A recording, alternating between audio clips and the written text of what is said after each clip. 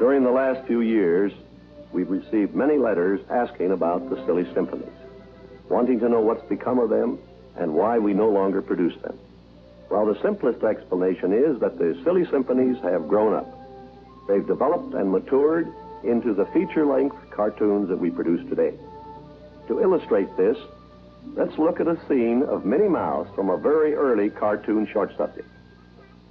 As you can see, these first efforts were no more than animated comic strips. And then came The Three Little Pigs, one of the most popular pictures we've ever made. Besides winning the Academy Award, it gave us our first hit song, Who's Afraid of the Big Bad Wolf? We received many requests wanting to see more of The Three Little Pigs. So to meet the demand, we made The Three Little Wolves and The Practical Pig. This little fellow is the practical pig, the one who spent his time industriously on a worthwhile invention, while his two frivolous brothers played and laughed at him for working all the time. The characters that you saw in the Practical Pig story are what we call typical cartoon animals. They have human voices, they wear clothes, they walk upright. It's a combination of human and animal. But in more recent years, we've been taking our animal characters more directly from nature. In our feature production of Bambi, the characters were developed by drawing from life. Our artists made thousands of action sketches, catching every pose and characteristic attitude. Of all the great works of Henry Wadsworth Longfellow, the one that has remained the most popular is his epic poem, The Song of Hiawatha.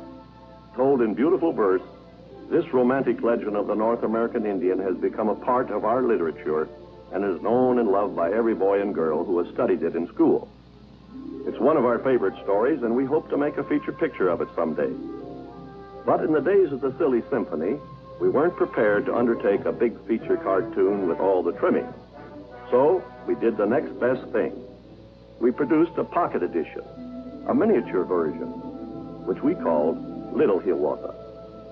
Before going into the production of our first feature-length cartoon, Snow White and the Seven Dwarfs, we produced an experimental short subject, incorporating many of the problems that we expected to encounter in the making of Snow White. This silly symphony was called The Old Mill. We attempted to give it the quality of a feature. The popularity of the silly symphonies increased through the years, and 1938 brought us another Academy Award winner, based on the book written by Monroe Leaf and illustrated by Robert Lawson. And now we'll hear Don Wilson tell us the story of Ferdinand the Bull.